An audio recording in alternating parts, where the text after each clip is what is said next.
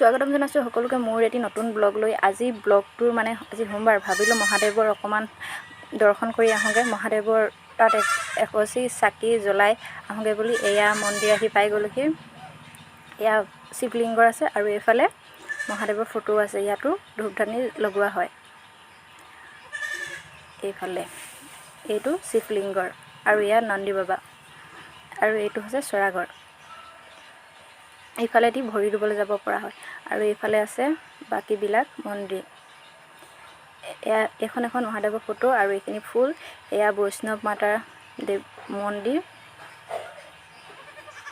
এয়া কৃষ্ণ ছাগলী পোৱালিকেইটা চিঞৰি আছে। এইফালে ৰাস্তা মেইন হাই ৰোড।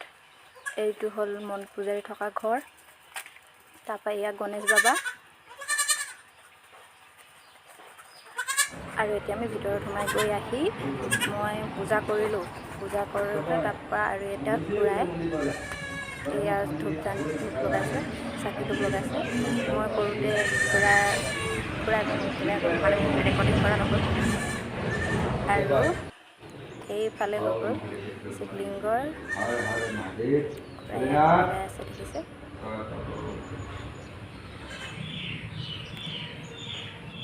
পূজাৰী আশীৰ্বাদ দি আছে। আজি আৰু মোৰ ব্লগটো বহুত দীঘল নহয়, এনেই সৰু মৰুকৈ এনেকৈ মন্দিৰ যোৱাৰ ব্লগ এটাকে বনাওঁ বুলি ভাবিলোঁ।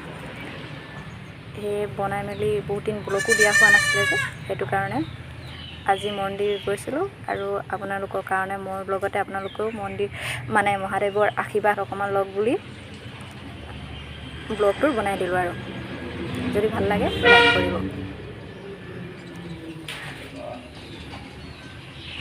এয়া চববোৰ চাকি তাকি জ্বলোৱা মেলা হৈ আছে।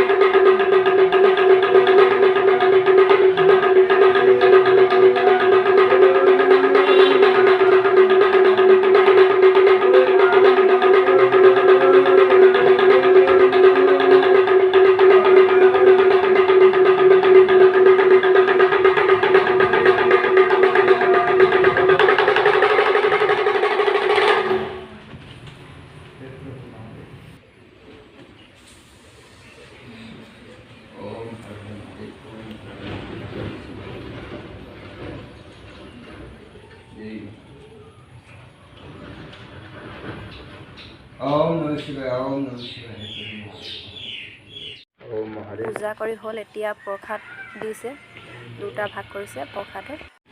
পূজা কৰি হৈ গ'ল এয়া মন্দিৰত। আৰু এতিয়া ঘৰলৈ যাওঁগৈ। এইফালে এইবিলাক মন্দিৰ, বেলেগ বেলেগ মন্দিৰ আছে। আৰু এইটো চৰাঘৰ।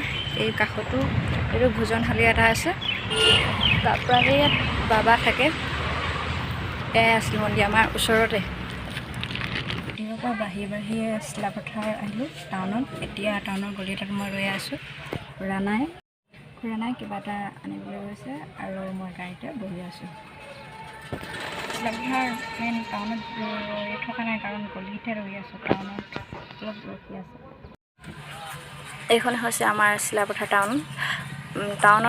টাউনতে হয়। টাউনত কিছুমান গলি আছে যে, এই গলিটোতে আমি ৰখি আছোঁ। আৰু খুৰা আনিব গৈছে টেকেলি দুটা টেকেলি দুটা লৈ আহিব আৰু মই গাড়ীতে বহি আছোঁ। আৰু এই দুটা টেকেলি আনিলে আৰু ইয়াত খাব লাগিব আমি দৈ। এই দুটা ধুনীয়াকৈ দৈ খাই আৰু মই স্পঞ্জ খুলি কিনি থৈ দিছোঁ, কাৰণ তেতিয়া গাড়ীখন ষ্টাৰ্ট অফ আছিলে কাৰণে ৰেচি অফ আছিলে। আৰু এইখন আমাৰ টাউন গলিৰ পৰা ওলাই আহি মেইন হাই ৰোডত আহিলোঁ আৰু অলপ বজাৰ কৰিবলৈ গৈছোঁ।